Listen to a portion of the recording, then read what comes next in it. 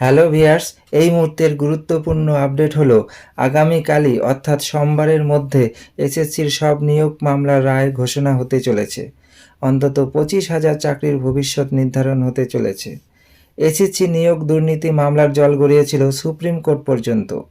বিচারপতি অনুরুদ্ধ বোস এবং বিচারপতি বেলায়েম সুবেদীর বেঞ্চ সব মামলাই কলকাতা হাইকোর্টে ফেরত পাঠিয়ে দেয় এবং 6 মাসের মধ্যে বিচার পর্ব শেষ করারও নির্দেশ দেয়। প্রায় 3.5 মাস শুনানির পর আগামীকাল অর্থাৎ সোমবার রায়দান করবে বিচারপতি দেবাংশু বসাকের ডিভিশন বেঞ্চ।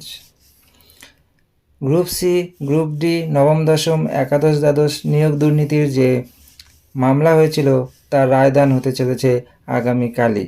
এই ছিল আজকের আপডেট। পরবর্তী আপডেট পেতে চ্যানেলটি সাবস্ক্রাইব করে রাখুন। ধন্যবাদ।